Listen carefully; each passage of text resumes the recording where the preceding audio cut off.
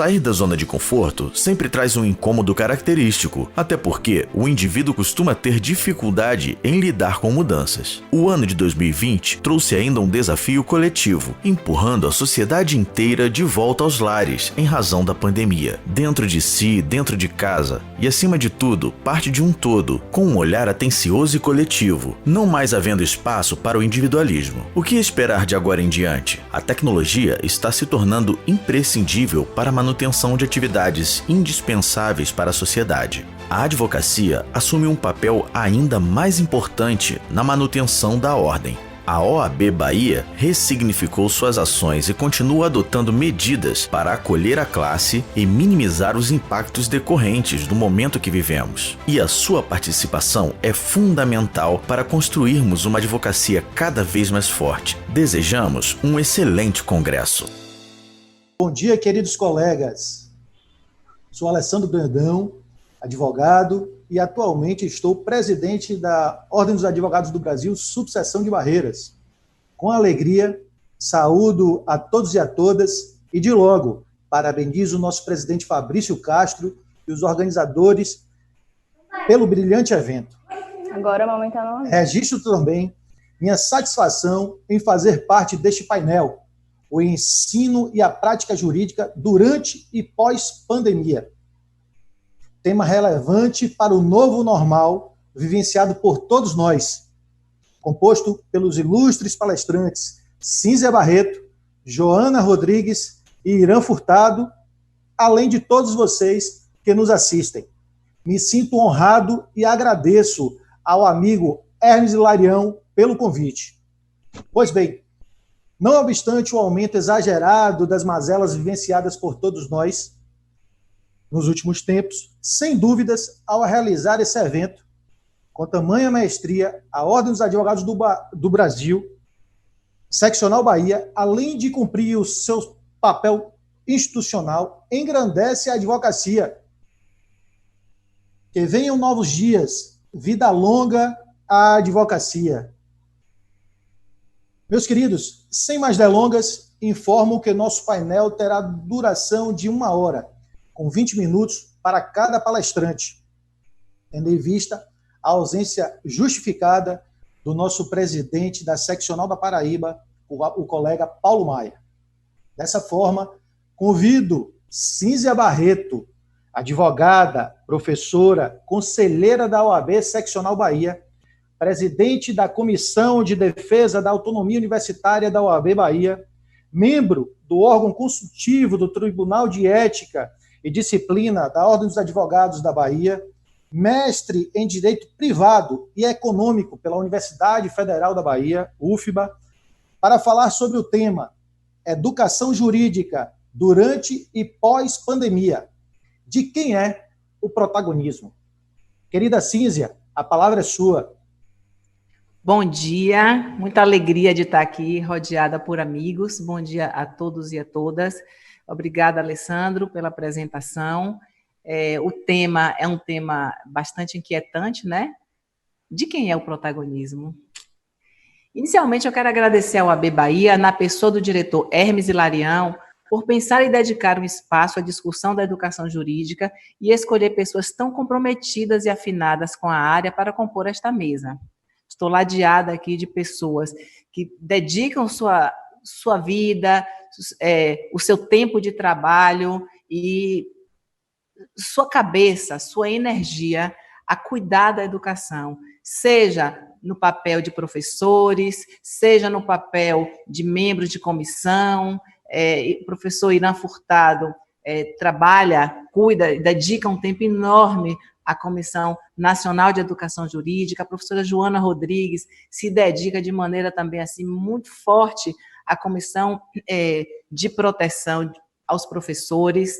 Eu acho que eu falei, não é bem de proteção, mas, enfim, ela cuida, né, dessa comissão que trata dos professores. O professor Alessandro, que é nosso mediador também, que é militante da área de educação, e a gente sempre está trocando ideia. Então, assim, estamos entre amigos, entre professores. É muito importante a gente pensar que é a advocacia que está de parabéns. Quem está de parabéns com esse evento é a advocacia. Eu quero fazer as congratulações à diretoria da OAB pela realização desse evento, que é um evento plural em todos os sentidos. Qualquer ângulo que a gente observe o evento, ele é plural na diversidade dos painéis, dos temas, das pessoas, seja no lado de gênero, no lado de orientação sexual, no lado de racial. A gente tem realmente uma multiplicidade de pessoas e de temas e de teses importantes e que revelam a preocupação e o cuidado que a OAB tem tido com tantas questões. Para a realização desse evento, a gente conta com o apoio especial da ESA, que eu parabenizo na pessoa de Thaís Bandeira. Estou vendo aqui a equipe da ESA dedicadíssima e empenhada. Também o Conselho Consultivo da Jovem Advocacia, né, Sara Barros, eu sei que braço direito aí na organização do evento, a gente precisa parabenizar, porque trabalhou com sua garra habitual para o êxito dessa jornada. E para falar sobre a educação jurídica durante e pós-pandemia e refletir sobre o protagonismo nesse cenário, primeiro a gente precisa assentar algumas premissas e refletir sobre alguns dados, né?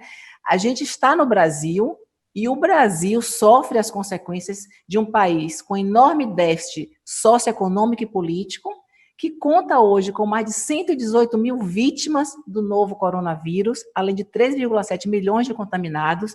Eu fiquei até preocupada porque esse dado eu peguei ontem à noite, de hoje de manhã já está o dado de maneira alarmante superior, mas enfim. O vírus se alastrou pelo mundo, porém de forma desigual. Em países como o Brasil, com desigualdades abissais, assistimos o adoecimento, principalmente de pessoas pertencentes a grupos vulnerabilizados, de forma lenta e progressiva. Nosso país é o segundo com mais casos de mortes por Covid-19 no mundo. Só perde para os Estados Unidos, que somos 5,8 milhões de contaminados confirmados, de acordo com dados da Universidade Johns Hopkins. Mirando no protagonismo, alcançamos uma questão que há tempos vem desafiando a área de educação. Para além da pandemia, e também pensando no momento anterior a ela, ao mesmo tempo em que pensamos que as pessoas precisam ser protagonistas, elas precisam buscar aprender por curiosidade, por vontade própria, precisamos de instituições de ensino e sistemas educacionais que ofereçam oportunidades para as pessoas desenvolverem essa capacidade de ser protagonista. Isso é uma capacidade, isso é uma potencialidade e a gente precisa trabalhar e desenvolver. Pessoas já têm isso de maneira inata, outras não. E muitas vezes, mesmo quando você tem digamos assim, essa vocação para o protagonismo, você pode não encontrar condições. Então, não é algo assim que cai do céu, nem que em qualquer situação você vai vencer todas as adversidades e vai conseguir o protagonismo a despeito dos que conseguem, porque não são poucos que conseguem vencer as adversidades, mas o que o país deveria ter, um país decente, é oferecer condições dignas para que todos possam desenvolver o seu protagonismo. Podemos dizer que, entre tantas definições, protagonismo poderia ser definido como um processo de se considerar o personagem principal da própria vida, de lutar e querer ocupar o lugar que desejar, de controle e responsabilidade das próprias decisões. Precisamos de protagonismo na nossa sociedade e nas nossas organizações. Precisamos de uma educação protagonista. Docentes e discentes precisam ocupar seu lugar e desenvolver seu protagonismo. Eu creio que todos concordam com isso. Não há como a gente discordar. Mas, para tanto, é necessário que se garantam as condições básicas de partida para que a educação se efetive como um direito social dentro de um Estado democrático de direito. Obviamente, um Estado não excludente. O que não ocorre de maneira igual em nosso país. Precisamos trabalhar em inclusão o tempo inteiro. É preciso essa preocupação o tempo inteiro. Não temos condições iguais. Eu ouvi outro dia de um entregador, num evento de entregadores, ele dizendo assim, lá no lugar onde a gente mora, não tem isso que a senhora está falando aí que tem na Constituição, que se chama de democracia. Essa democracia da Constituição de 88 não bate lá no meu barraco. Lá não tem isso, não. Já metem o pé na porta, a gente tem medo da polícia, tem medo do ladrão, convive do lado com quem faz o crime. luta, não tem comida, esse negócio bonito aí que tem, falando de lazer, educação, isso não tem lá não, está escrito no papel, onde a senhora vive tem, mas onde eu vivo não tem, e a gente vive no mesmo país. Então, assim, um homem inteligente, perspicaz, sarcástico, e a gente trabalhou esse assunto de uma maneira muito interessante e real, né? E real. E isso coloca a gente no lugar de pensar e refletir muito sobre o que a gente diz. Né? A gente trabalha como se a premissa fosse tá tudo certo. Estamos na democracia, todo mundo tem as condições básicas, e não é verdade. Então, na nossa Constituição, a gente tem lá no artigo 6º, a educação é um direito social. Tá ao lado da saúde, estamos em pandemia, temos que garantir a saúde de todos. Está ao lado do trabalho, é preciso garantir condições de trabalho para quem está na área de educação também. De lazer, porque a gente tem saúde mental para viver, a gente precisa de saúde mental, de segurança também, de previdência social, de proteção à maternidade, à infância, de assistência aos desamparados. Isso está lá no artigo 6º, direito social. Já o artigo 205 da Constituição fala que a educação é direito de todos e dever do Estado e da família. Precisa ser promovida, incentivada com a colaboração da sociedade, visando o pleno desenvolvimento da pessoa, seu preparo para o exercício da cidadania e sua qualificação para o trabalho. Como é que a gente está preparando essas pessoas para o trabalho? Como é que essa área que a gente chama de educação jurídica, de uma maneira mais ampla, e aí envolve outras áreas de educação também, como é que elas estão trabalhando esses seres humanos? Como é que elas estão trabalhando esses insumos e essa falta de insumos? Como é que nós minimizamos o aprofundamento da distância escolar entre alunos mais ricos e mais pobres durante a pandemia? Não perceberam que essa desigualdade, essa diferença, essa distância se acirrou, se evidenciou? O que estava disfarçado agora ficou escancarado?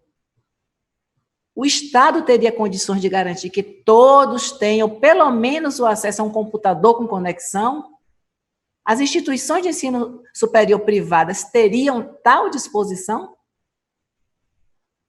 Uma multidão mundo afora está acompanhando as aulas, porque não está acompanhando as aulas, porque não possui equipamento, ou vive em condições absolutamente adversas para o estudo. Muitos parentes em casa, pais desempregados, cuidado com os filhos, com alimentação, com compras, com limpeza, com a falta de material de limpeza para fazer a limpeza, né, com a falta de uma cesta básica de material de limpeza, e etc, etc, etc. Ambientes pequenos para muita gente disputar o espaço. Observe o tamanho do desafio para o exercício do protagonismo. Para a gente chegar no protagonismo, tem tanta coisa para vencer. O equívoco é pensar que se trata de um problema unicamente de quem não tem condição. Aí já começam os equívocos. Na verdade, a questão tem afetação geral na sociedade e na economia do país, pois o contingente de pessoas com lacunas ou ausências na formação será um elemento limitador do desenvolvimento. E aí não é um problema de quem não tem que vai ficar para trás. E o país? E as pessoas preparadas para ocupar esses espaços, para a ciência, para o mercado de trabalho, para estarem incluídas, inseridas? Assim ficamos a pensar, como é possível exigir e garantir protagonismo de quem não tem satisfeitas as necessidades básicas, ou quem não tem coberta a possibilidade de acesso ao que venha a ser ofertado, enfim, de quem não está incluído. Nesse prisma, falando na situação da educação jurídica, estamos vivendo uma radical mudança de paradigma, experimentando desde o início da pandemia o deslocamento de um modelo eminentemente presencial para o modelo de educação com uso de tecnologia de informação e comunicação. Isso representa um grande desafio a todos os envolvidos no processo educativo. As instituições de ensino superior, os docentes, os discentes, todos foram surpreendidos com a pandemia e a suspensão das aulas presenciais, apresentados a essa novidade, e todos têm evitado esforços para criar condições para a implementação de atividades que possam ter significado com a oferta de educação jurídica virtual. Sejam atividades dentro de um calendário, de um programa, sejam atividades alternativas, como a gente viu a UFBA fazendo. A UFBA fez um congresso maravilhoso durante a pandemia, Não teve aula, a comunidade acadêmica não quis que tivesse aula regular no primeiro semestre, mas eles fizeram muita coisa, eles trabalharam, eu vi os professores se virando, trabalhando, vi a comunidade se movimentando, muita gente sem acesso, é verdade, mas eles discutiram inclusive isso e problematizaram isso. Então, foi uma forma de enfrentar isso. Viram, estão propondo algo diferente para esse semestre, estão experimentando, como as outras instituições todas estão fazendo, né? Sempre no intuito de acertar. Os efeitos do isolamento e do distanciamento social na saúde mental das pessoas, esse ainda vai ser verificado ao longo de um tempo. Estamos todos afetados.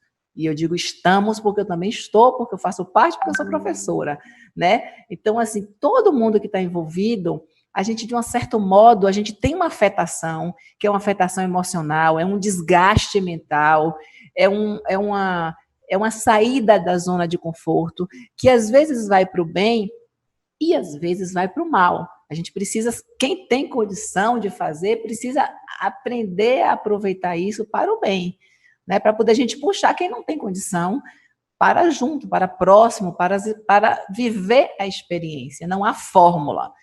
Ninguém tem a fórmula, ninguém que está aqui, nem que está fora daqui, tem a fórmula do que é o melhor. Estamos todos no mundo experimentando. Eu vi uma colega do Canadá, uma professora que é brasileira, daqui de Salvador, numa escola do Canadá, professora da escola de Direito, dizendo que lá os alunos estavam reclamando porque não tinham acesso, porque não tinha pacote de dados. E eu disse, no Canadá, você jura, numa instituição privada?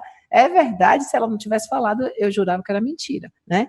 A situação de distanciamento impõe um desmedido esforço de conexão. Pesquisas mostram que apenas as pessoas extremamente motivadas, uns 10% a 20%, reúnem condições de êxito em uma situação como essa. As pessoas não aguentam ficar muito tempo e se prender muito tempo. Eu até achei interessante que quando falaram que nosso painel ia ter 1 hora, eu falei, poxa, 1 hora só? A gente gosta tanto de falar, a gente tem tanta fama, meu Deus, eu vou ouvir Irã por quanto tempo? Eu quero ouvir Irã por mais tempo, eu quero ouvir Joana por mais tempo, eu quero falar mais. No entanto, é um desafio. Até, é isso aí. A gente precisa entrar na conexão mais rápida, a gente precisa também aprender a fazer isso. Não é porque o interlocutor não está aguentando ficar mais tanto tempo ali, atento, vidrado, a não ser, claro, tem as revelações dos conferencistas que são capazes de deixar a gente 2, 3, 4 horas aí de boca aberta assistindo. Eu li um texto outro dia sobre tecnologia que falava assim, que estão a confundir o entregador com a pizza, né? A ideia é, a tecnologia não é a educação. A tecnologia é uma ferramenta. Então, assim, não pense que o entregador de pizza, ele é a pizza. Ele é só o entregador.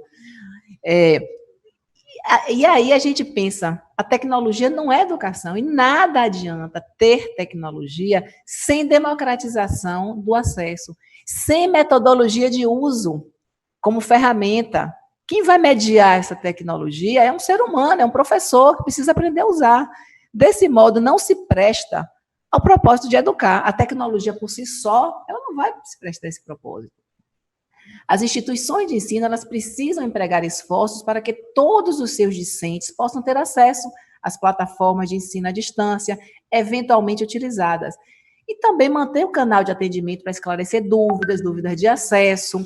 As dúvidas sobre conteúdo precisam também ter um espaço de, digamos assim, de discussão, de diálogo, que não é igual ao que era antes, não é do mesmo modo. Esse diálogo, ele se trava de uma maneira diferente, porque agora a gente tem um ambiente de plataforma. Então, é de responsabilidade dessas instituições disponibilizar ferramentas para os alunos, trabalhar esses alunos para que eles tenham acesso, e os professores também. Trabalhar esses professores, para quê? Para permitir o acompanhamento dos conteúdos ofertados, criar condições para realizar avaliações durante o período que está autorizada a aula não presencial, e aí o professor Irã vai falar sobre a questão das avaliações, o uso de uma biblioteca digital, que é obrigatório para as instituições de ensino. Ontem eu ouvi uma colega que está terminando uma especialização, que ela disse, olha, eu vou ter que entregar o trabalho de conclusão, e justamente no meio da pandemia me prorrogaram e não querem prorrogar mais um tempo, e eu não tenho acesso eu não tenho dinheiro para ficar comprando livro, e eu não tenho como, eu usava a biblioteca física da instituição de ensino, como é que eu faço agora para eu terminar meu trabalho de conclusão, uma monografia de conclusão da especialização? Será que a instituição não vai ter sensibilidade de dialogar para tratar sobre isso? É preciso conversar sobre isso. Não estou dizendo que é certo e que é errado, mas é preciso conversar sobre isso, é preciso ter um entendimento sobre isso.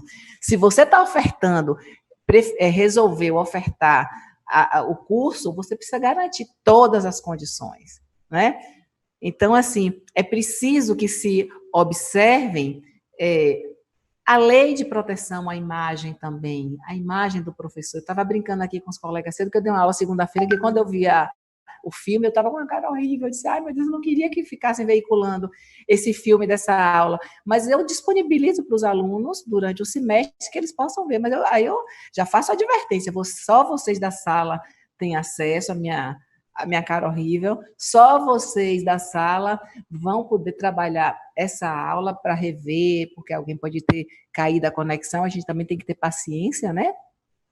Mas eu não quero que divulgue, não quero que vá botar em YouTube, em internet, sei lá onde mais. É aqui, é no semestre, é com finalidade pedagógica, para eu ficar um pouco mais tranquila em relação a isso, né? Também é certo que já foi incorporado à vida de muitas pessoas o uso de ferramentas como videoconferência, audioconferência, para uma variedade de propósitos, como de comunicação com colegas, reunião com clientes, os webinários, a prática da advocacia em geral. A gente tem usado. Eu atendi muita gente esse semestre no meu escritório que, na verdade, era em casa. A gente não estava indo para o escritório, a gente começa agora a aparecer no escritório, a trazer de volta a vida, mas assim, meu escritório não parou em nenhum momento. A minha prática jurídica foi feita em casa. Eu fiz sustentação oral no Tribunal de Justiça, fiz sustentação oral no Tribunal Regional do Trabalho, eu fiz reunião com clientes, teve cliente que não conseguia acesso à plataforma, era pelo WhatsApp, era por telefone. Nos viramos e estamos nos virando. Então, assim, isso já é uma realidade que a gente precisa saber como é que trabalha com ela, para que nossos clientes também não fiquem excluídos, para que as pessoas possam ter acesso e a gente possa trabalhar nossa profissão, nossas carreiras jurídicas de uma maneira geral, com eficácia, inclusive nosso lazer. Às sextas-feiras à noite, por exemplo, eu faço um jantar virtual com meus irmãos. Toda sexta-feira à noite, cada um faz, ou a gente faz uma receita única e cozinha junto, cada um com sua câmera, ou prato livre, cada um faz seu prato e tal hora a gente senta para comer. Pega-se o seu vinho, sua comida, um faz uma coisa melhor, outro bota os filhos para começar a cozinhar. A gente faz isso. Quem podia imaginar isso? Minha mãe participa de vez em quando, não gosta muito, diz que cansa, que demora demais, mas participa de vez em quando, tem 84 anos. Então, assim, é bacana a gente poder também ter a ideia, claro, a gente tem a possibilidade, tem muita gente que gostaria de fazer isso e não tem possibilidade. E aí, focando aqui já para concluir, para não passar do tempo, sobre a prática jurídica nos cursos de direito, a gente precisa ter muita atenção. Primeiro, deve ser destacado que qualquer alteração nas condições de oferta de um curso, ela deve ser discutida democraticamente com a comunidade acadêmica e precisa envolver todos os seus atores. A comunidade acadêmica ela é plural, então ela tem os professores, tem os alunos, tem o corpo administrativo, são muitas interfaces aí para que a coisa ande, para que a chamada atividade fim, que é a educação, seja entregue, para que a gente faça a nossa prosaica ação de cada dia, nossa prosaica aula, tem toda uma engrenagem por trás, e essa engrenagem precisa ser ouvida, né? Então, assim, nos cursos em andamento, recomenda-se a consulta a essas instâncias internas e para hipóteses de mudança. Então, assim,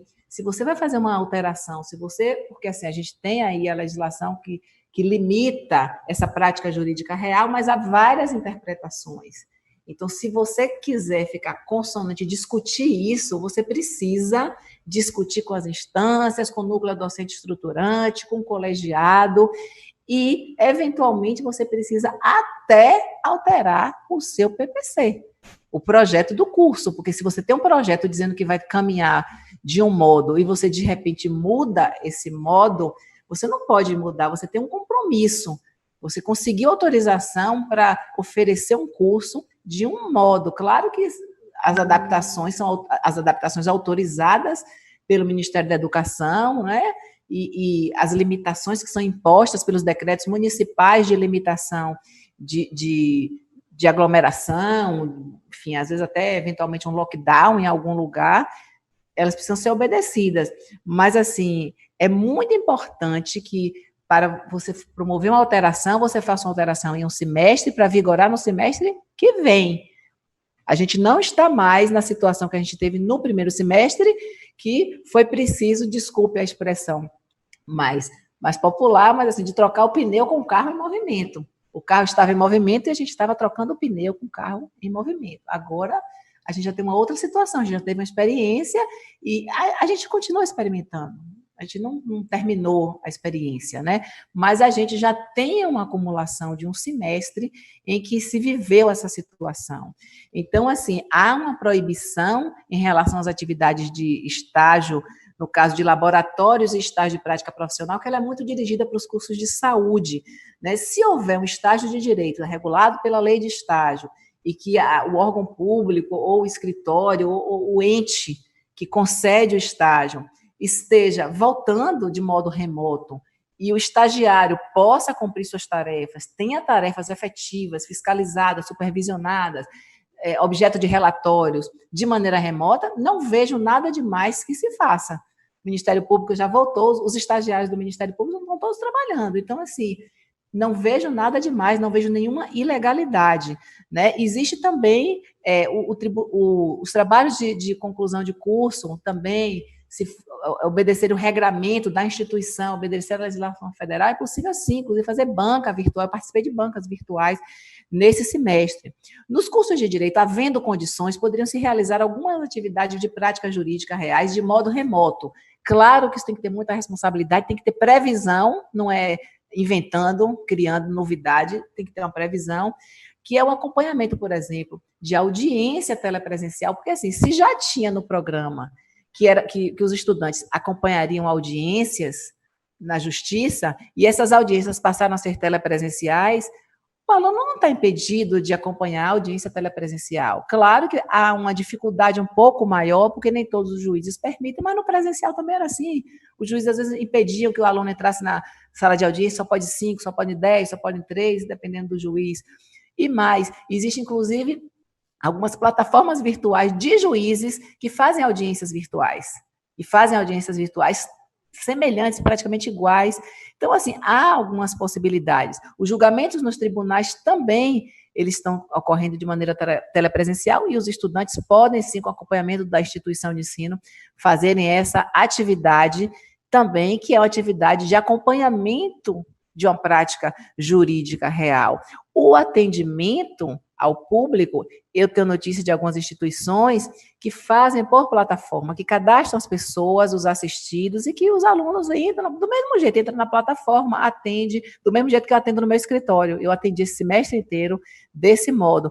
Alguns até pelo WhatsApp, com um WhatsApp, um celular da instituição, para que fiquem as conversas registradas, para que as imagens possam também ser gravadas, com toda a segurança, obviamente, e com toda a possibilidade de registro e de evidência. Você não pode ir fazendo assim, o professor X, o aluno Y, a comunidade Z, resolveu fazer de um modo, não. Tem que ser planejado, tem que estar no projeto, o núcleo docente estruturante tem que estar tem que ter pensado e refletido sobre isso, o colegiado de curso tem que ter. Então, tem todo um regramento e que ele é anterior ao semestre. Agora, sim, você já tem um semestre acontecendo, isso tem que ter sido previsto no semestre anterior e planejado e com as evidências muito claras. Então, assim, de um certo modo, o que não se pode fazer é substituir uma atividade que está prevista no projeto pedagógico do curso como uma atividade real por uma atividade simulada, porque aí você está tirando a experiência real que está planejada. Mas como a prática jurídica mais atividades complementares, elas correspondem apenas a 20% e não se diz quanto de um e quanto de outro, termina que se consegue fazer aí tranquilamente aí essa adaptação, se for pensada as instituições sérias que param, que sentam, que refletem, que discutem o projeto, as alterações e a situação envolvendo, como eu disse, os alunos. Então, assim, oi, está chegando a hora? Permite uma parte? Oi, não, claro. Oh, gente. Já ultrapassamos um pouco aí do horário. Por que não me Mas mas eu queria lhe indagar se nós podemos aí concluir que esse protagonismo ele é de todos nós dentro das nossas consequências, ou melhor, dentro das nossas competências. Sim, sim, boa forma aí de abordar e da gente trabalhar aí para a gente concluir mesmo. Sim, a gente precisa entender o nosso papel, o nosso lugar e buscar esse protagonismo dentro do que a gente pode, do espaço que a gente tem. A última mensagem que eu quero dizer é que, apesar de eu sinalizar com essa possibilidade da prática jurídica, ela ser efetivada dentro de um curso de direito, desde que muito bem organizada, planejada e sustentada, inclusive com possibilidade, se tiver no projeto, de atividade de extensão, comporem também a prática jurídica. Você pode fazer a prática jurídica dentro de ações de extensão, é possível, se tiver planejado, se tiver previsto e aprovado e registrado. Mas, assim, a gente também termina tendo uma elitização da prática jurídica. Observe que eu falei em plataformas, eu falei em WhatsApp, em celular, embora a gente sabe que todo mundo tem, mas a questão é sustentar um pacote de dados para uma entrevista, sustentar um pacote de dados para fazer essa atividade. Eu vou concluir pedindo desculpa porque passei um pouquinho. Alessandra, eu te pedi para me advertir, você foi gentil aí no final, mas assim, poderia ter até me chamado a atenção antes por conta do tempo. Muito obrigada, e eu passo a palavra para o presidente da mesa. Ô, Cinzia, nós que temos que lhe agradecer. A conversa estava muito agradável e não tinha por que encerrar o nosso bate-papo. Mas eu quero, de logo, mais uma vez, lhe agradecer e muito obrigado pelas colocações.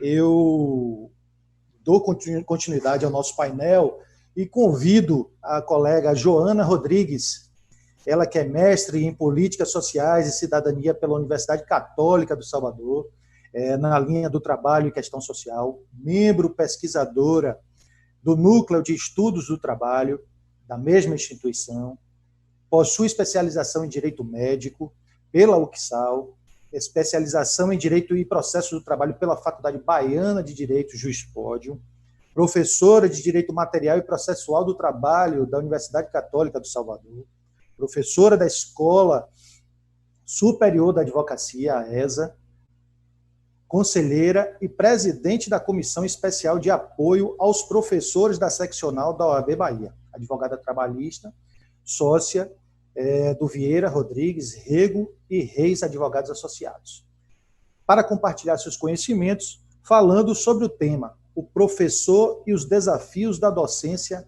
entre o novo e o velho normal da educação jurídica. Querida amiga Joana, a palavra é sua. Olá, bom dia a todos, todas e todes. Agradeço, doutor Alessandro, pela palavra, pela oportunidade. Quero cumprimentar, iniciar minha fala dizendo da alegria, da real e verdadeira alegria de estar aqui hoje, né, participando desse congresso, desse evento tão importante para a OAB Bahia, né, um congresso assim sensacional, como a professora Cínzia já pontuou, né, todas as virtudes e a grandeza desse momento e poder contribuir, né, participar, ser convidada para oferecer um pouquinho do meu olhar acerca desse assunto tão relevante. Então, eu fico muito feliz e desde já agradeço a confiança e parabenizo, né, a diretoria da OAB, na pessoa do nosso querido presidente, Fabrício Castro, também na figura do nosso querido diretor, Hermes Hilarião, que a gente já sabe que é quem está capitaneando aí toda a organização desse grande evento, junto a uma equipe também muito maravilhosa.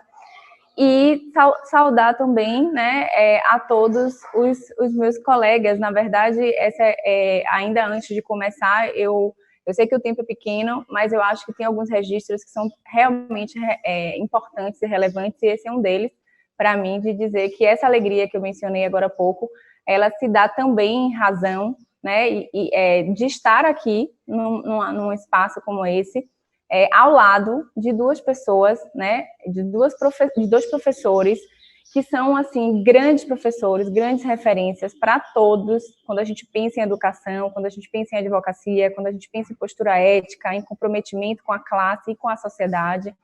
Então, só o fato de eu estar aqui hoje entre professor Irã Furtado e professora Cínzia Barreto, para mim já é um motivo de, assim, é uma grande honra, me sinto realmente muito lisonjeada. Professora Cínzia, que é uma mulher, né, uma advogada, uma professora que inspira a todos, né, dentro do sistema OAB, é uma unanimidade dentro da nossa instituição, e é uma pessoa que, sobretudo, além dos assuntos que compatibilizam aí os nossos interesses, né, visto que também faço parte aí da comissão, como ela falou, de defesa da autonomia universitária, enfim, de todas as conexões em relação à educação, mas, para além disso, aprendo diariamente, professora Cínzia, com você, né, com a sua postura de comprometimento, né, com aquilo que você se propõe a fazer, com aquilo que você se empenha no âmbito, né, do sistema OAB e pensando, obviamente, na sociedade, na advocacia como um todo. E professor Irã, que eu não tive a honra, infelizmente, de tê-lo como meu professor em salas presenciais, mas que, sobretudo, desde o momento que eu comecei a participar mais ativamente do sistema OAB, né, dentro das possibilidades e eventos que esse espaço tem nos proporcionado, conhecido com um pouco mais de profundidade e visto aumentado, na verdade, a minha admiração pela postura, pela forma muito franca, acho que é uma característica que o professor Irã tem, que agrada a muitos, que é a de dizer a verdade, né, sem falsas premissas e de falar o que tem que ser dito, ainda que essa fala possa não agradar a todos. Então, é uma verdade que eu vejo sempre nas oportunidades que tenho de ouvi-lo, que me agrada e que eu reputo como de fundamental importância, sobretudo no momento que nós vivemos hoje. Então, eu quero dizer que realmente me sinto muito alegre, muito feliz por tudo isso. E aí, efetivamente, agora entrando, né, fazendo esse registro importante, entrando no assunto que eu me propus a trazer hoje aqui, que é, como o professor Alessandro pontuou, né, falar sobre os professores. A professora Cínzia fez uma palestra brilhante, né, traçando um cenário muito amplo e muito profundo acerca da educação e dos desafios, dos protagonismos, dos sujeitos que fazem parte desse processo. Eu aqui me proponho a trazer um recorte, um olhar um pouco mais aprofundado acerca de um desses sujeitos, né, de um desses protagonistas, e dos desafios que são postos a ele no âmbito da realidade que nós vivemos, da realidade pandêmica e também da pós-pandemia. E aí, para isso, antes de fazer, né, essa leitura, eu queria só sinalizar duas coisas que eu acho importantes, né? Primeiro, que quando a gente fala em docência, quando a gente fala de professores, dentro ou fora da pandemia, a gente precisa considerar, de extrema fundamental, a gente ter a percepção clara de que temos uma heterogeneidade muito grande, né, dentro dessa categoria. Então, é difícil você generalizar um olhar a partir do momento que a gente sabe que há diferenças muito profundas entre o ensino público das universidades, entre o ensino das universidades privadas, e mesmo quando a gente parte da percepção daquelas instituições privadas, a gente também tem uma realidade muito heterogênea, né, a depender da forma como a universidade ela se comporta no ambiente, né, na sociedade e enquanto poder econômico, enquanto a partir das relações que se tem. Então, a gente sabe que tem instituições que têm capital externo, né? A gente tem universidades confessionais que são privadas, mas que têm uma postura diferenciada em relação à forma como constrói ali o seu projeto educativo, e temos pequenas e grandes faculdades, enfim, que sequer são universidades. Então, é uma realidade muito heterogênea, e aí eu vou fazer apenas pontuar aqui que eu vou tentar, de um certo modo, fazer a opção de olhar, né, e trazer um horizonte crítico de percepção acerca da realidade da carreira docente, tentando me afastar dessas heterogeneidades e considerar a realidade de uma forma um pouco mais generalizada, né, sem entrar nos pormenores das realidades de cada uma dessas instituições.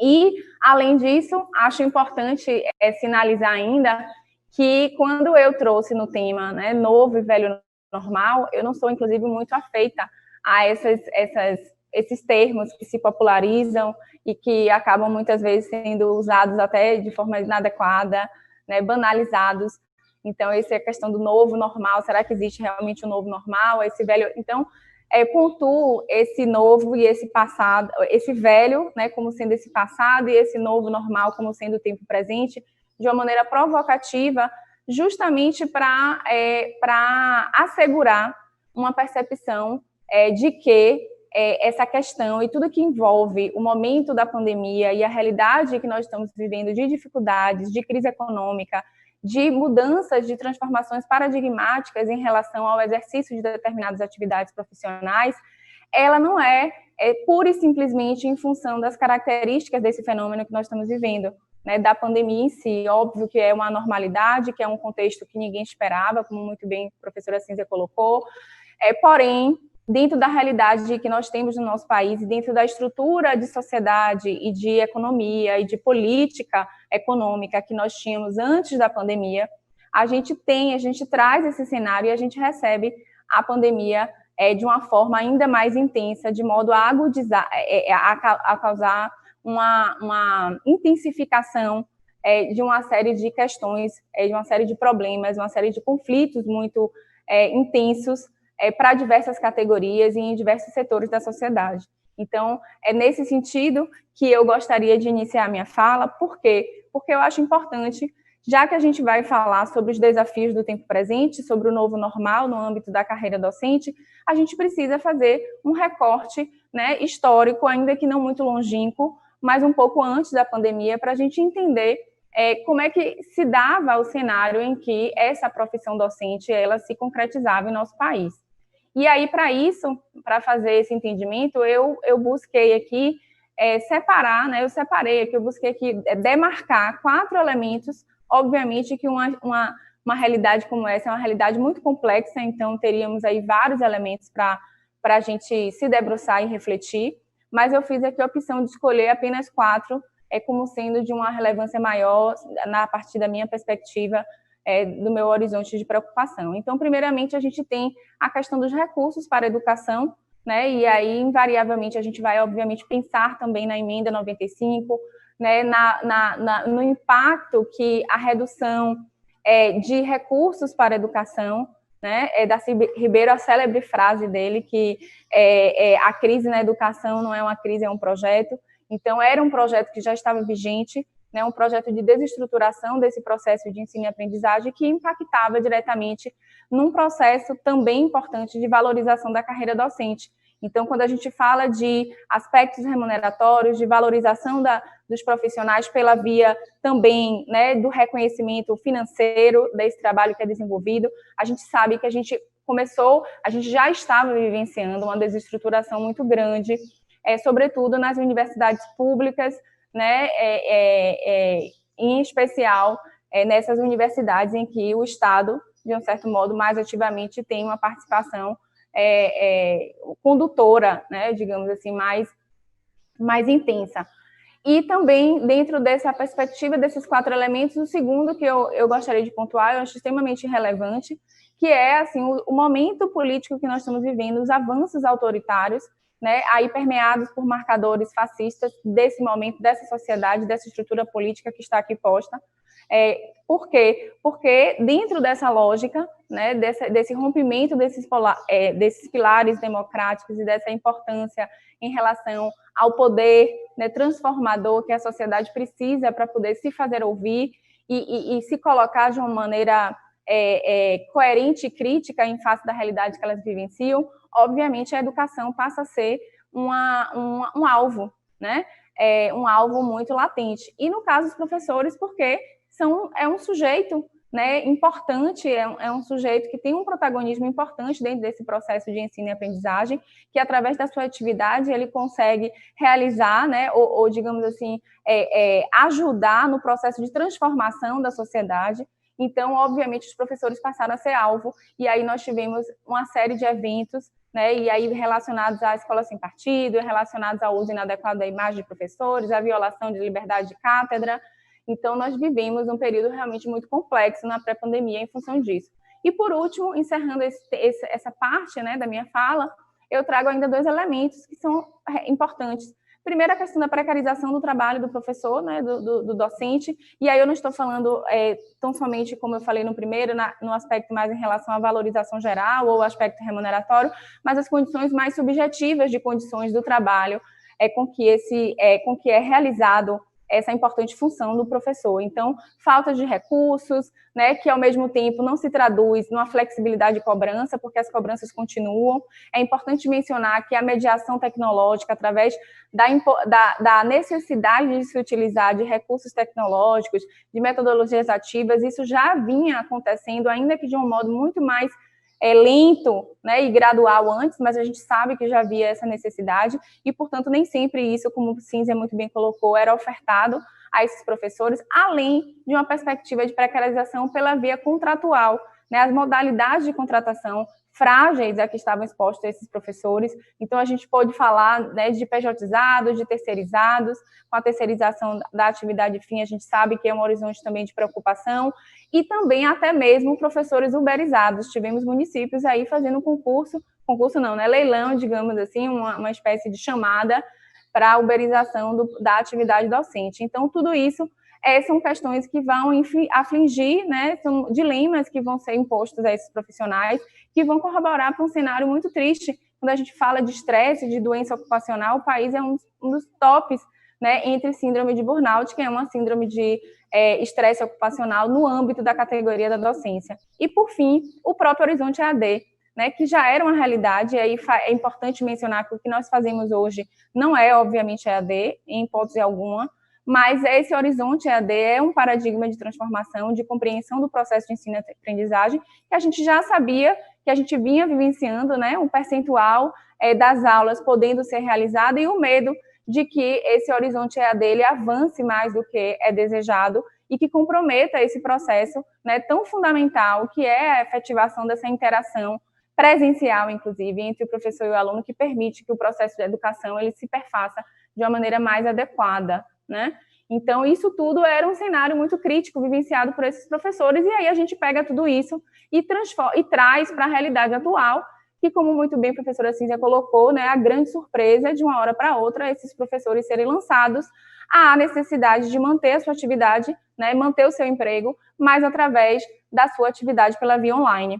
E aí a gente tem uma série de outros elementos, de outros desafios, esses sim, os desafios do novo normal, que são colocados nesse tempo presente, e que eu também, aqui de uma maneira muito rápida e muito sucinta, vou buscar trazer aqui pelo menos 4 elementos que eu acho que são marcadores importantes do momento e de algumas angústias e desafios que estão sendo impostos aos docentes no tempo que nós estamos vivendo. Primeiro, a questão da adaptação, né, que eu acho que é importante, porque nem todos os professores eles têm, não tinham, a maioria deles, e aí pesquisas já apontam nesse sentido, né, a familiarização com as metodologias ativas e os recursos tecnológicos, a questão da imagem, como a professora Cínzia muito bem colocou, né? Então a gente vê uma questão muito complexa, né? Uma situação muito angustiante de perceber um processo efetivo daqueles que vão se adaptar a esse novo momento e daqueles que ficarão para trás, né? É angustiante você perceber que aí o que está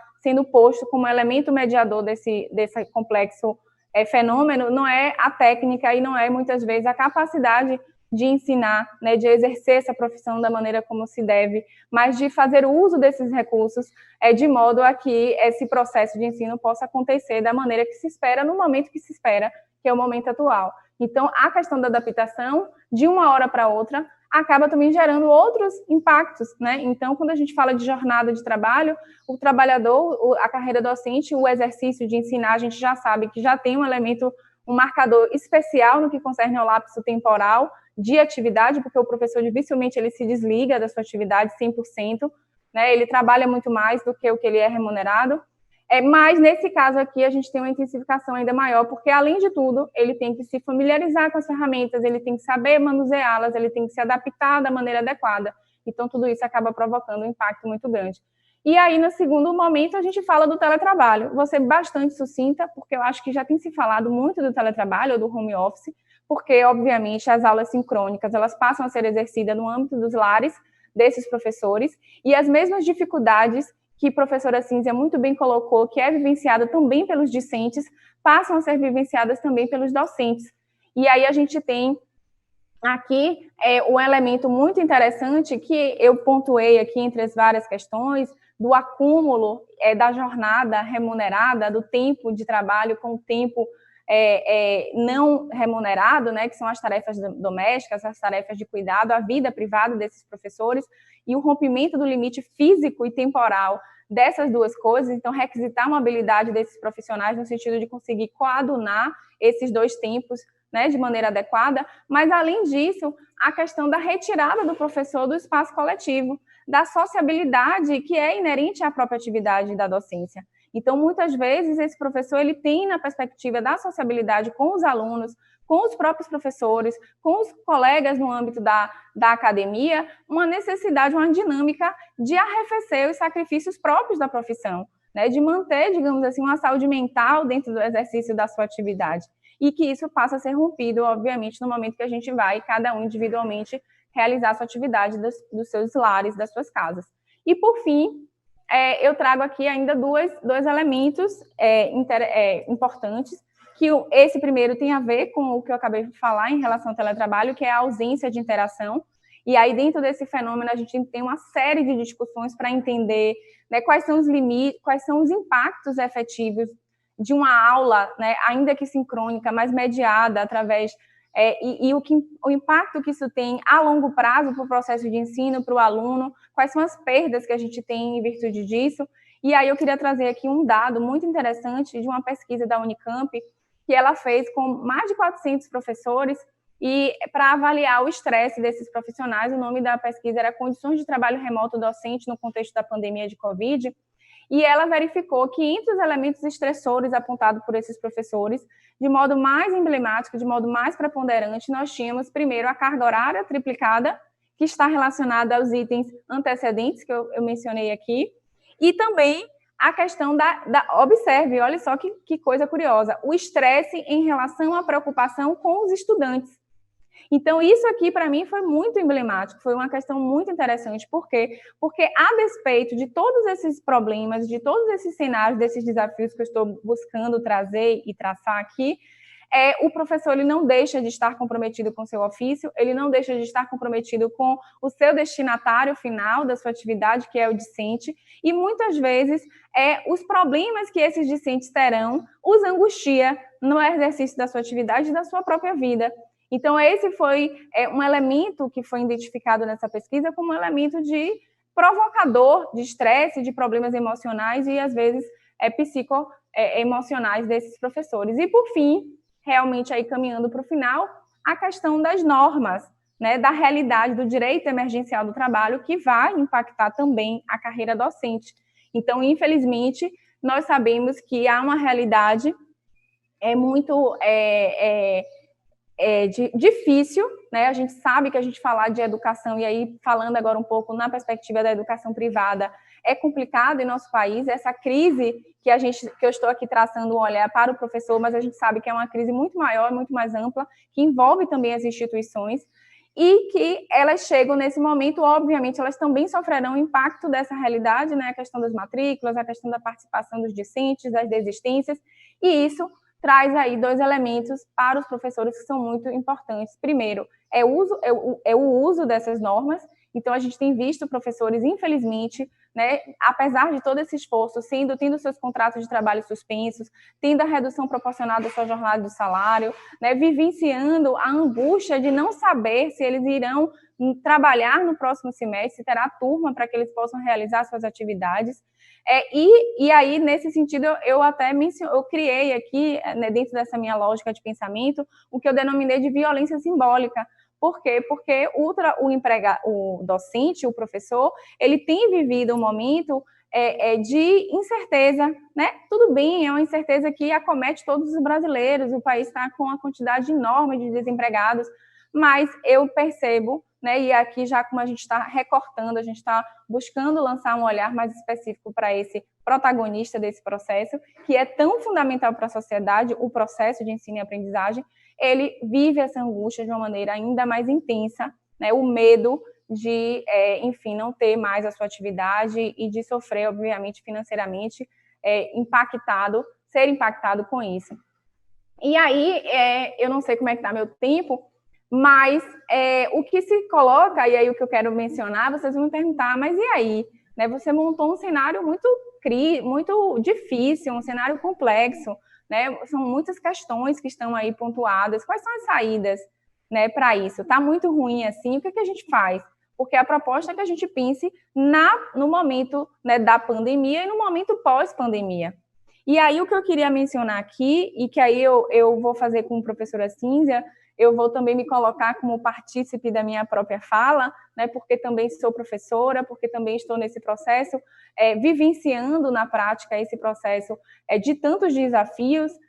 Eu acho que uma questão elementar aí para a gente pensar a resposta a todo esse cenário é justamente o comprometimento com o processo de ensino, né? Como a professora Cínzia muito bem colocou, a gente chegou até a fazer uma live pela ESA, né, falando aí de ensino jurídico, de educação, e a gente chegou a essa conclusão, né, juntas, que eu compartilho do que ela fala, olha, pior se a gente não tivesse esse processo sendo realizado. Muitas das vezes, apesar dos pesares, né, a gente acreditar que esse processo ele precisa se realizar, que ele é importante para a sociedade, ele é importante para o discente, e muitas vezes, no momento angustiante que nós estamos vivendo, importante também para o professor, né, para a sua condição psíquica, né, para a sua saúde, digamos assim, emocional, para a sua realização própria nesse momento, dele saber que, através desse processo, desse ofício que a ele é ofertado, né, construído,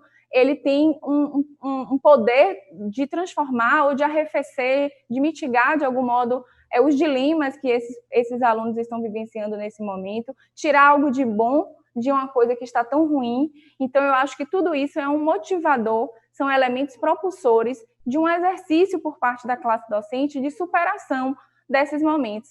Não é a ideia de achar que vai estar tudo bem, ou que vamos esquecer então tudo isso, não, é buscar realmente um equilíbrio. É difícil, eu acho que buscar um equilíbrio na vida é o maior desafio do ser humano, porque nós estamos o tempo inteiro vivenciando esses dilemas, mas eu acho que dentro do processo de ensino e aprendizagem, esse é um desafio ainda mais importante. Eu entendo, né, que a certeza de que da importância desse papel do professor, e mais do que isso, do processo em que ele é apenas um sujeito, né, que a gente tem os pais, né, apoiando os filhos, os seus filhos, os discentes, as instituições, enfim, manter ainda que, como a professora Cínzia mais uma vez mencionou, né, o congresso da UFBA, então, assim, não tivemos aula, mas nós sabemos que a universidade está viva, ela está ali, ela está realizando, ela está produzindo conhecimento, ciência. Então, a manutenção, né, disso é extremamente importante. E é isso que vai fazer com que os professores, é isso que me motiva a buscar enfrentar esse cenário e pensar numa pós-pandemia, né? Acho, obviamente, que numa pós-pandemia não haverá essa realidade, né? Não será essa forma como a gente está fazendo, que não é EAD, mais uma vez eu friso, mas, obviamente, acho que é uma mudança paradigmática e que a gente não vai mais conseguir olhar para o exercício da docência e para o processo de ensino e aprendizagem da maneira como fizemos antes. A tecnologia, ela vem e os recursos, né, que vêm no âmbito dessas novas modificações, eles vão vir efetivamente, de algum modo, para ficar, alguns mais, outros menos, e nós seremos desafiados a compreender mudar, na verdade, diminuir um pouco a resistência em relação a isso e entender de que modo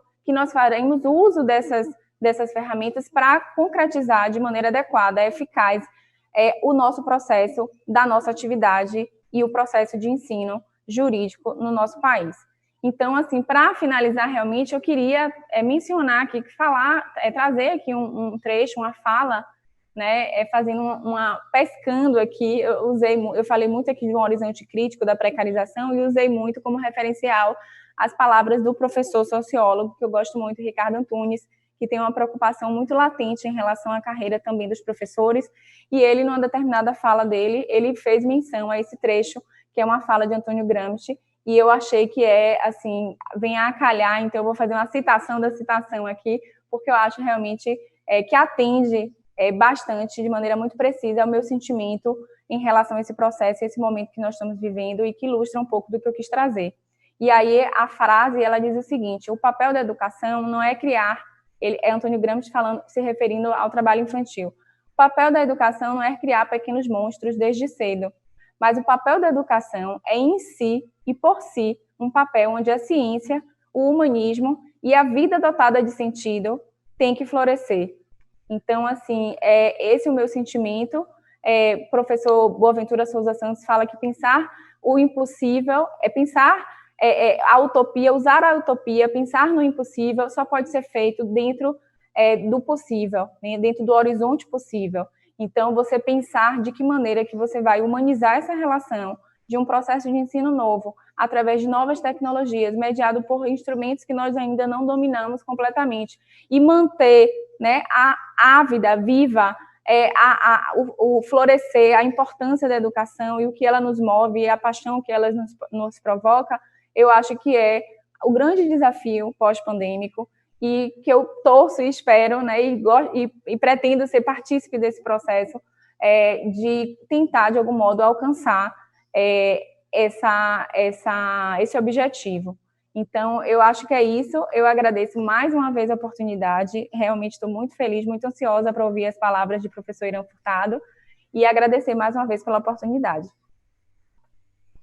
Excelente, Joana. Parabéns pela sua palestra. Realmente existem muitas demandas aí que devem ser ajustadas, né? Muito, muito, muito importante aí você ter levantado essas reflexões. Nós esperamos que esse momento passe o mais rápido possível. Muito obrigado pelas suas palavras. Eu que agradeço. Fechando com chave de ouro o nosso painel, para suas considerações sobre o tema modelo de avaliação, convido nosso ilustre, querido Irã Furtado, advogado, mestre em Direito pela Universidade Federal da Bahia, pós-graduado em Direito Civil e Processo Civil, professor da Universidade Federal da Bahia, e Rui Barbosa, membro da Comissão Nacional de Educação Jurídica do Conselho Federal da OAB. A palavra é sua, meu querido. Então, eu queria agradecer ao convite que me foi feito pelo amigo querido, tenho a maior honra de chamá-lo de amigo, Hermes Hilarião, advogado jovem, que eu estou vendo envelhecer paulatinamente, ao meu presidente, amigo de longas e milhões de datas, colega de faculdade, Fabrício Castro, um grande presidente da OAB, e dizer da minha satisfação em estar nesse painel com Cínzia, que é minha colega e minha amiga queridíssima, parceira de tantas ideias, ideologias e lutas. Tem uma música de Beto Guedes que ele diz que de tanto andar ao teu lado e de tanto cruzar os sertões, serás meu amigo. Não tem como nós não sermos amigos, não é, Cínzia? São muitos sertões. É uma empreitada contra essa turma do estelionato educacional aí que a gente não sabe de que lado vem. E Joana é a esperança, né, Cínzia, da gente, não é? Essa geração de jovens, porque graças a Deus são jovens, professores com tanta cultura, com tanta garra, com tanta didática, com serenidade, com leveza e com interesse. Se não for por meio de Joana e de outras Joanas, Marias e Paulos e Pedros, que estão vindo aí, sim, é uma geração depois de nós, se não fosse em razão deles e por causa deles, a nossa luta estaria, Cínzia, a essa altura, embora Hércula, porém sem nenhuma chance de êxito. Mas também, como eu gosto muito de música, Joana, nesse particular vou me referir a Milton Nascimento, renova-se a esperança, nova aurora a cada dia. A força da juventude é o nome certo. E é por isso, Cínzia, que ainda em música, professor Alessandro, e desse particular já Gonzaguinha, eu acredito na rapaziada. Meus amigos, eu quero falar com os senhores o seguinte: nós precisamos falar de nota. É porque o nome que dão é esse aí. Minha nota, cadê a sua nota? Eu quero a nota. Tem a nota aí do bolso de R$200, mas não é essa nota que eu estou dizendo, não. Mas em alguns casos também é essa nota. Porque se costumou chamar avaliação e o processo de avaliação, e começou a se reduzir o processo de avaliação, a isso aí, a nota. Uma nota que vai de 0 a 10. No meu tempo na universidade, comecei o curso de Direito com as notas em conceitos. Era MS, S, SS. Aí depois mudaram de novo, porque eles ficam indo e voltando, porque nem sabem. Depende de quem está no poder para criar a estrutura ideológica no processo educacional que lhe é conveniente. E aí, nesse momento, veio de novo o pessoal da nota e nós voltamos para a nota. E a nota tem a média. E com quanto é que se passa? Com qual é a média? Tem instituição que é 7 com 3 provas, outra que é 2. Eu nunca nem sei direito isso. E o mais curioso são os professores dando nota. Eu já tive matérias para as quais eu estudei muito, sabia o assunto questionavelmente e tirei 0,78.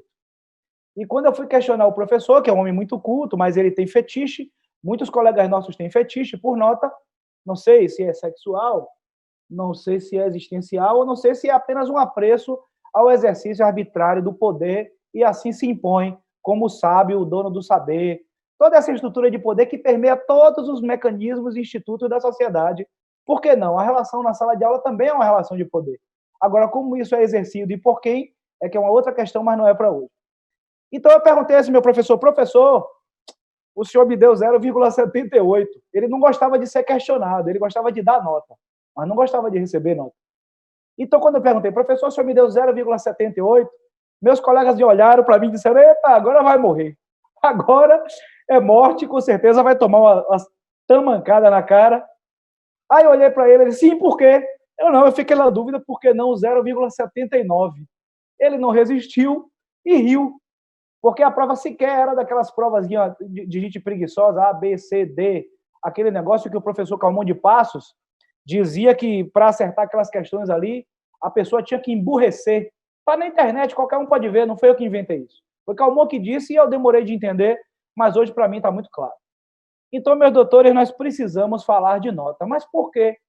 O que pandemia tem a ver com nota? O que pandemia tem a ver com nota é que a pandemia e o isolamento social e a obrigação de nós ministrarmos aulas, ou cursos, ou seja o que for, por esse meio virtual, modificou completamente, retirando um dos instrumentos, provavelmente o instrumento conhecido por 99% dos nossos colegas professores, que é a prova.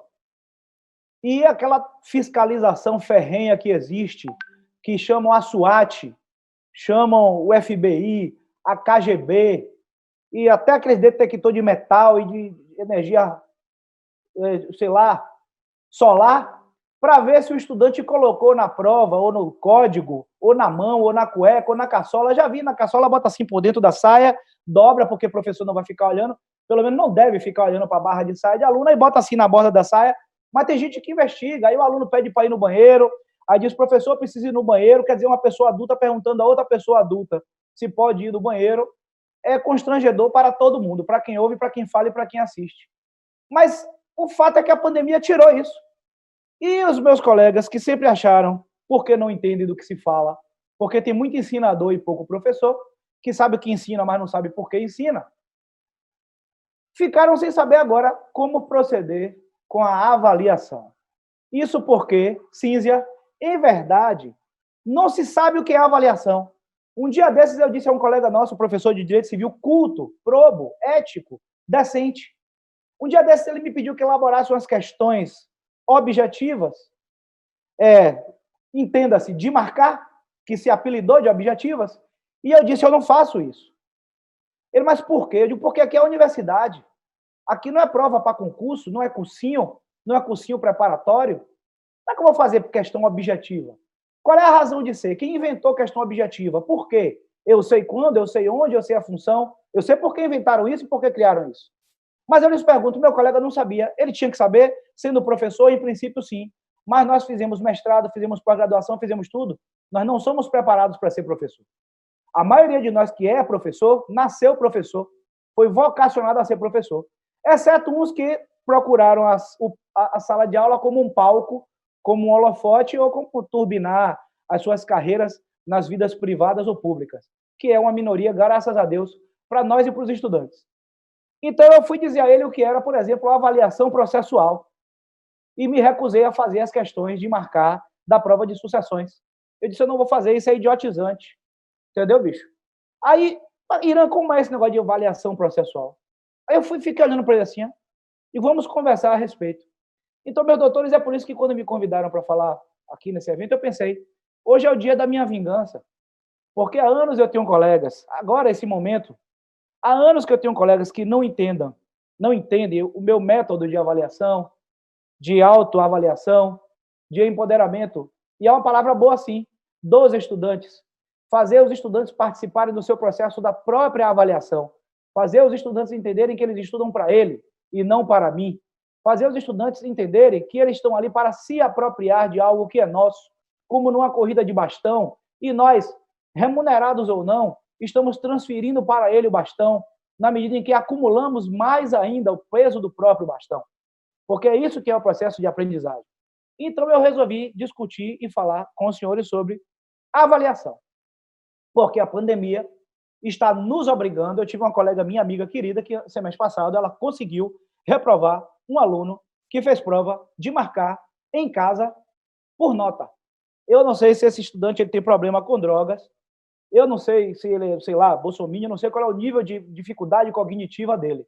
Mas uma pessoa, ou da professora, que nesse caso espero não ser, mas uma pessoa que consegue perder numa prova que faz em casa, com a internet, com computador, com tecnologia, e ainda assim marca errado no gabarito, responde as questões erradas, ou está o aluno e o professor errado, ou todo o sistema está errado. E eu lhes digo, é o sistema. Vou lhe explicar por quê. De onde vem isso? Qual é a necessidade da avaliação para começar? O Chiavenato descreve a avaliação de maneira muito simples, eu gravei isso há muitos anos. Uma apreciação sistemática, apreciação e sistemática. Um olhar sobre um modelo complexo e não sobre um fato, não sobre um dia, não sobre o dia que o aluno estava se sentindo mal no dia da prova. É uma apreciação sistemática, portanto complexa. Sistemática no que diz respeito a tempo e fatos. Conjunto de fatos coordenados para a consecução de um fim. Processo. Portanto, uma apreciação sistemática do desempenho de cada pessoa ou grupo em função das atividades que ela própria desempenha, das metas e resultados a serem alcançados e do seu potencial de desenvolvimento. Meus amigos, avaliação não é o que nós fazemos como avaliação. A avaliação é cíclica. E o primeiro passo para uma avaliação é desenvolver a sua meta. Quando você entra num curso Direito das Sucessões, quando você entra num curso de Direito, qual é o seu objetivo? Qual é a sua meta? O que você pretende? Bom, tratando-se de uma matéria das ciências sociais aplicadas, cuja maior parte do seu corpo, por equívoco de construção histórica, é dogmática, depois descobrimos que não é, que era tudo mentira, mas durante a graduação, a maior parte das matérias que nos são bombardeadas são de dogmática jurídica. O que se pretende quando se ingressa num curso é conhecer a dogmática jurídica, sendo ciências sociais aplicadas, como elas funcionam, instrumentalizar com o nosso psique, com a nossa formação, com a nossa pré-compreensão do mundo, hermenêutica fenomenológica heideggeriana, com quem nós somos, somar com aquilo que nos foi acrescido. E com isso, Técio Sampaio Ferraz Júnior, técnica, decisão e dominação, por meio do desenvolvimento da técnica que nos é apresentada, proferir decisões que tem sido estrutura ideológica de dominação, que é assim como se define o direito. Então, como a avaliação há de ser processual e como nós chegamos, Cínzia, à situação de nota e mais ainda das questões objetivas? Eu vou lhes dizer, foi a massificação da educação como um produto a ser oferecido nas relações de consumo. Isso começou por uma circunstância absolutamente objetiva e financeira. A saber, não é possível, quando você faz um concurso público ou uma seleção, e por causa do número restrito de vagas na universidade pública ou no serviço público, principalmente depois da Constituição de 88, o ingresso nas carreiras públicas passou a ser obrigatoriamente por concurso, não é possível você corrigir, Cínzia, de maneira ética, séria, 4.000 provas de escrever no tempo em que um concurso ou uma seleção precisa.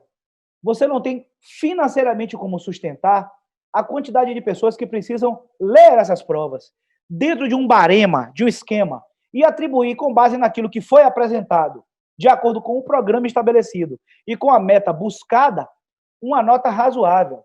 Isso porque existe um barema, mas mesmo esse barema, quando se considera que eu e você somos pessoas diferentes e temos um olhar diferente sobre a mesma prova, ainda que se crie um barema buscando o maior número de objetividade possível, é possível que a gente pratique, portanto, injustiças, não dando a cada um a nota que lhe era de direito, que lhe era justa. Então se criou um mecanismo inteligente de eliminar logo a maior parte dos interessados em preencher aquelas vagas em disputa, que é a prova, que se chama de objetiva, que é de marcar. Porque a correção dessa prova é barata. A OAB faz isso. E ninguém está dizendo aqui que a OAB está certa. Temos que arrumar uma maneira de fazer. Já ainda não se encontrou uma maneira menos pior. Mas todo mundo já sabe que essa maneira é ruim. Então veja o que acontece. Essas provas são corrigidas por um sistema de computador. Eu acho, Cinza, que eu sou bem mais velho do que você, mas eu acho que você ainda pegou o vestibular daquele que a gente marcava a cartelinha furando. Você lembra que furava a cartelinha com a resposta certa? A gente fazia toda a prova, depois pegava uma cartelinha, professor Alessandro, e furava a resposta certa, e ela colocada no computador, e o computador metia as agulhas e lia o gabarito. Esse sistema viabilizou essas seleções em massa, que no Brasil dispararam depois da Constituição de 88. Aí a pessoa, principalmente no curso de Direito, que é um curso que abre para muitas carreiras públicas, começamos na faculdade a reproduzir, muito por preguiça nossa em ficar lendo prova, muito por preguiça nossa em fazer trabalhos longos, muita por preguiça nossa, ou por falta de preparação técnica pedagógica, para fazer e produzir um tipo de avaliação participativa, emancipadora, realizadora, em conjunto com o próprio estudante, se passou a reproduzir também na universidade.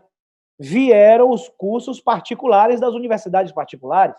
Se na universidade em que o lucro não é primordial, se na universidade em que não se visa lucro, os professores, colegas nossos, já passaram a fazer o tipo de avaliação assim, porque ela é mais rápida, mais barata, é mais simples, embora ela seja pouco útil para o que se pretende de verdade uma avaliação, imagine se as instituições particulares iam ficar de fora. Os senhores sabem que existem instituições particulares que elas têm uma avaliação dessa de ABCD institucional. O professor não tem autonomia de cátedra. Ele pode até fazer uma prova de um jeito, uma prova de outro, mas uma das avaliações que se chama de prova, que é processo civil, teoria das provas, tem que ser, aí fica, modelo ENAD, modelo OAB. Para quê?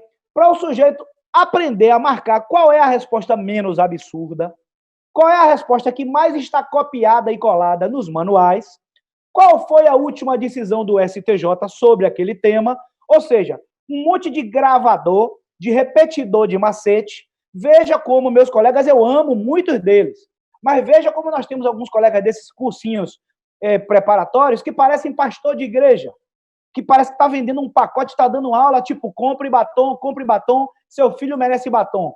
Ele próprio não é imbecil, ele próprio não é idiota, mas o tipo de educação que está oferecendo ali, o modelo de ensino de aprendizagem que está fazendo ali, é idiotizante. E meus amigos, por não serem idiotas, sabem disso. Mas ele vai fazer o quê? Se ele precisa comprar o leite, e naquele cursinho ele ganha 3 vezes mais do que a hora-aula, que recebe numa faculdade dessas particular. E também nessas públicas, né, que a gente está lá e a gente sabe disso. Então, meus amigos, esse modelo de avaliação foi um. Vem também o modelo de avaliação escrita. Aí eu lhes pergunto, eu já julguei alguns recursos de prova aberta.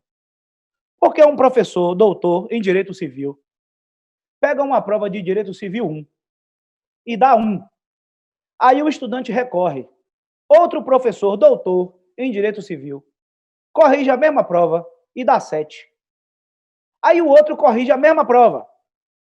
Dá 5,5. A mesma prova. Quem já fez concurso, por exemplo, e fez prova escrita, como eu fiz, se o concurso correr tudo bem, o que não é muito comum, você vai ter 3 notas diferentes na mesma prova. Por quê?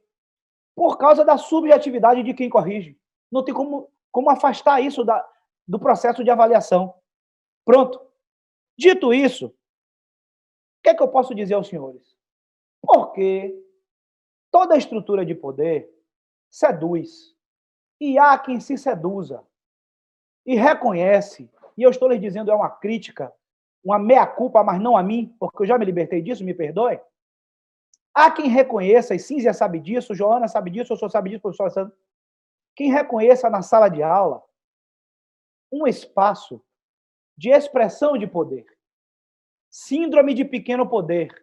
Síndrome de poder de porteiro de prédio. Temos, sim, muitos colegas, lamentavelmente, que vão para a sala de aula seduzidos, obnubilados, porque ali é deles o poder.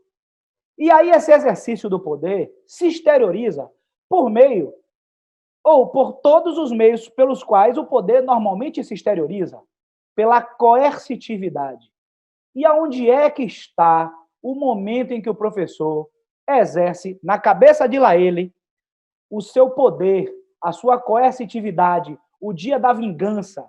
Por isso que a gente vê muitos dias de prova ou de avaliação, como queiram chamar, em que é o dia em que os estudantes estão apavorados, quando deveria ser um dia prazeroso, em que o professor chega com a faca nos dentes, em que deveria ser um dia de compaixão, de empatia, porque se esquece que se o estudante falha, se a maioria dos estudantes falha, se você tem uma turma que tem 50 alunos e você reprova 40, você é tão incompetente quanto todos eles, ou talvez mais, porque quando você estabeleceu uma avaliação para os estudantes, também estabeleceu para você, porque qual é a sua meta? Qual é a meta de Joana, de Cínzia, quando entram numa sala de aula no início do semestre? Qual é a meta e o objetivo dela ao final do semestre? Que a maioria absoluta dos estudantes, aqueles que tiveram pelo menos o interesse e o desejo, tenham recebido dela a matéria, o conteúdo, os programas que foram por ela ministrados. Se esses estudantes fazem uma prova e 40%, 50%, 80% deles demonstram que nada aprenderam, se há algo errado, certamente há. Mas certamente é com você. Então, a gente esquece que esse exercício de atribuição de nota, e agora vou lhe dizer isso, porque certamente sabem, mas estamos aqui conversando, nada mais é do que uma expressão do positivismo científico na pedagogia. O mesmo positivismo científico que nos impôs dizer que o direito era a norma, dizer que o objeto do estudo do direito era a norma, o mesmo positivismo que impôs a Kelsen afastar a discussão dos valores morais da sociedade o tanto quanto máximo possível da aplicação do direito, o mesmo positivismo que disse que aproximou as ciências sociais das ciências exatas, químicas, físicas e biológicas, também emprenhou a pedagogia. E hoje em dia, se a gente for falar de Paulo Freire, se a gente for falar de Gramsci, a gente é petralha. Se é assim, que seja. Mas, meus amigos, a pessoa que não entende que precisa fazer da sala de aula um espaço de desejo, o estudante precisa acordar de manhã e desejar ir lhe ver. Não é porque você é bonito, não, porque, inclusive, eu até sou, mas eu tenho muitos alunos héteros que vão para a minha aula. Ele tem que acordar de manhã e desejar ir lhe ver, ir lhe ouvir. E você tem que desejar olhar para ele e ver que, quando você acabou uma explicação, o olho dele brilhou porque ele entendeu, ele disse, então é isso. Se não há esse desejo, se não há essa paixão, se não há esse tesão, estão todos dois no lugar errado, com a pessoa errada. Meus amigos, precisamos fazer a sala de aula ser um espaço de desejo. E a avaliação precisa ser aquilo que o seu próprio conceito determina. A avaliação precisa ser uma apuração processual, prolongada e sistemática dessa construção do processo de ensino-aprendizagem. O estudante precisa se apropriar do seu dever, entender que é dele o dever-direito, de aprender aquilo que eu estou tentando ensinar. E se eu não estou ensinando da maneira em que ele vai aprender, aprendo com ele a ensinar a ele. Não há nenhum problema em você aprender com o estudante. Um dia desse eu resolvi tocar bateria. Comprei uma bateria, botei na sala, comecei a tocar. Aprendi até certa altura. Meu amigo, que é da minha banda, que é juiz federal, que é professor, Durval Neto, se queixava porque eu não usava metrônomo. Primeiro eu disse a ele para fazer certas coisas inapropriadas com metrônomo. Mas depois eu cheguei à conclusão que ele tinha razão e procurei um professor de bateria. Careca. Careca tentou me ensinar de uma maneira. Irã, tá aqui a partitura. Digo, Careca é o seguinte, você ensina assim, eu não aprendo assim. Você precisa me ensinar de outro jeito. Você precisa me dizer como é que eu quero aprender assim. Tem condições de a gente interagir, eu e você, e a gente chegar no meio termo, e eu aprender da maneira que eu consigo aprender, e você ensinar da maneira que você consegue ensinar, mas que a gente se comunique, e ele é claro, acabou. Há muitos anos atrás, quando eu era jovem, muitos anos, eu jogava vôlei. Eu sou canhoto, cortador de saída de rede. Eu tinha um levantador, um treinador, chamado Bago, que ficava dizendo que eu tinha que girar o tronco para fora, na hora de bater na bola na saída da rede. Não tinha jeito, o bloqueio subia na minha frente, eu enfiava a mão na cara, a bola batia no bloqueio e caía no meu pé. Ele me chamava de burro, eu digo, professor, eu não sei como é. O que Bago fez? Olhou para mim assim, mas eu já lhe falei, faz a rotação, gira o tronco para fora, bota o pé direito na frente. Eu não aprendi. Aí eu fiz assim, professor, deixa para lá. Ele foi e arrumou, na equipe adulta, um canhoto, trouxe o cara, você levanta a bola para ele aí. Pronto, olhe para ele, Irã. Ele foi, pô, eu digo, é só isso, porque você não me falou antes? Ele já estava me falando há 2 meses antes. Eu tenho uma maneira de aprender, eu tenho uma maneira de me expressar e de me comunicar, mas eu aprendo. Eu aprendo e eu produzo e eu alcanço os meus objetivos, que é aprender, aquilo que eu me predispus a aprender. Mas eu aprendo de uma maneira que é diferente. Você aprende de uma maneira que é diferente da minha, Cínzia. Talvez Joana pegue um livro, sente, leia tudo e entenda tudo.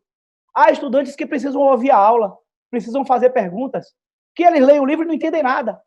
O modo como nós nos comunicamos com o universo é tão singular como nós somos singulares. Então, os processos de avaliação ante-pandemia eram todos confortáveis, cansativos, porém confortáveis, porque o professor chegava com seu saber divino, oprimia, ameaçava, enxicalhava, entregava a prova, morte súbita, de marcar, verdadeiro falso, falso anula verdadeiro. O estudante se tremia, ele dizia, se eu pegar ali pescando, vou lhe matar. O estudante, alguns ousados pescavam, já peguei pesca de banheiro, pesca de tudo quanto é jeito. Depois ele atribuía uma nota e cada um seguia as suas vidas. Muitas vezes, no final do semestre, ninguém sabia nada, mas todo mundo passou. Algumas vezes, todo mundo sabia tudo, mas muita gente perdeu. Então, eu percebi que a pandemia nos obrigou, Císia, inexoravelmente, a procurar os mecanismos de avaliação que o comunista Petralha Paulo Freire, inútil, o presidente da República, já defendia há muitas décadas. Processo de avaliação continuada, processo de avaliação sistemático e processual, construção da avaliação no dia a dia da aula, passando vários trabalhos, pequenos trabalhos dia a dia, resolvendo questões dia a dia. Sabe por quê? Primeiro, porque esse mecanismo de avaliação é possível que ele se processe pela via virtual. Eu não preciso lhe vigiar, Cínzia, não preciso ficar tomando conta que você está pescando. Eu posso lhe passar todo dia, quando acabar a aula, a leitura de um texto, um fichamento e 4 questões, e pedir que você me bote de volta no grupo depois manuscrito. Esse processo de avaliação processual, ele admite o acompanhamento pela via virtual que a pandemia nos obrigou a agir. Segundo, e o mais importante, ele faz com que o estudante entenda que o aprendizado é dele e para ele. Porque, como dizia meu grande amigo Fernando Daltro, todo semestre os alunos passam, perdendo ou passando, os professores ficam. Então, ele vai seguir a vida dele e nós vamos continuar ali. E por mais que a gente já saiba alguma coisa, toda a turma ensina a gente. Quanto mais a gente ensina, mais a gente aprende. Dr. Milton Tavares, meu grande mestre, dizia que quem sabe faz, quem não sabe ensina. Por isso que eu fui ser professor. E aí, por fim, eu vou lhes dizer, a terceira e última circunstância que impõe, que a pandemia já impôs na tora, que a avaliação agora se dê pela via processual continuada, avaliação continuada. É a seguinte, meus amigos, a pessoa que aprende alguma coisa e que usa o que aprendeu para oprimir, não aprendeu nada. Nenhuma educação, nenhum processo de educação faz sentido se não for para libertar uma alma, se não for para emancipar um caráter, uma personalidade. A escritora e educadora Lia Luft dizia que o dever de nós, professores, pessoas mais velhas e mais maduras, é, antes de tudo, ensinar esses jovens a se tornarem seres humanos felizes. Se aprender for ser infeliz, é melhor continuar repetindo que toda ignorância é feliz. Aprender é feliz. A verdade liberta. A verdade amplia os horizontes. A verdade nos permite que a gente ande mais longe. Mas não é só isso, Cínzia. Hoje, termino como comecei. Hoje nós estamos aqui ainda, Cínzia, fortes, viris, nervosos. Mas em breve não estaremos nós. Haverá Joana, haverão outros.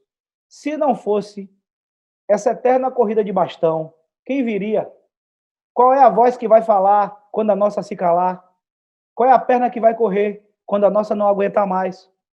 Então, Cínzia, Joana, professor Alessandro, colegas, antes de ser uma necessidade dos estudantes aprender o que nós ensinamos, é uma necessidade nossa que eles aprendam. Por isso, meus amigos, eu fico feliz que nós tivemos que revisitar e rever o processo de avaliação e, quem sabe, a partir de agora, a gente deixe teoria das provas para o professor Fred Didier, para o professor Guilherme Marinoni, não é? Para o professor Rodrigo Salazar, para a professora de processo do trabalho, Joana, não é? E passemos a fazer uma teoria da avaliação sistemática, processual, pedagógica, acolhedora, amorosa, participativa, empoderadora e engajadora. Para quem sabe, essas pessoas maiores de idade, dotadas de título de eleitor, não cometam de novo o crime contra o patrimônio da ideologia e da educação nacional, de colocarem pessoas despreparadas, inescrupulosas e milicianas ocupando espaços de poder só porque não sabem ler. Dito isso, eu encerro, espero não ter me demorado bastante, mas eu perco um pouco a noção do tempo. E, mais uma vez, dizer da minha imensa satisfação, me chamem sempre, e para participar de uma mesa como essa, leve, e falar sobre educação, posso dizer aos senhores hoje que fui feliz. Muito obrigado, professor Alessandro, lhe devolvo a palavra. Eu disse a vocês, encerramos o nosso painel com chave de ouro. Irã, muito obrigado, você como sempre aí, um querido aí em suas palavras. Parabéns aí pela sua palestra. Meus amigos, eu agradeço a todos vocês. Com certeza, vossas senhorias abrilhantaram este evento. Reitero aqui os meus agradecimentos ao nosso presidente, Fabrício Castro, e aos organizadores do primeiro Congresso Online da Advocacia Baiana. Que venham outros mais.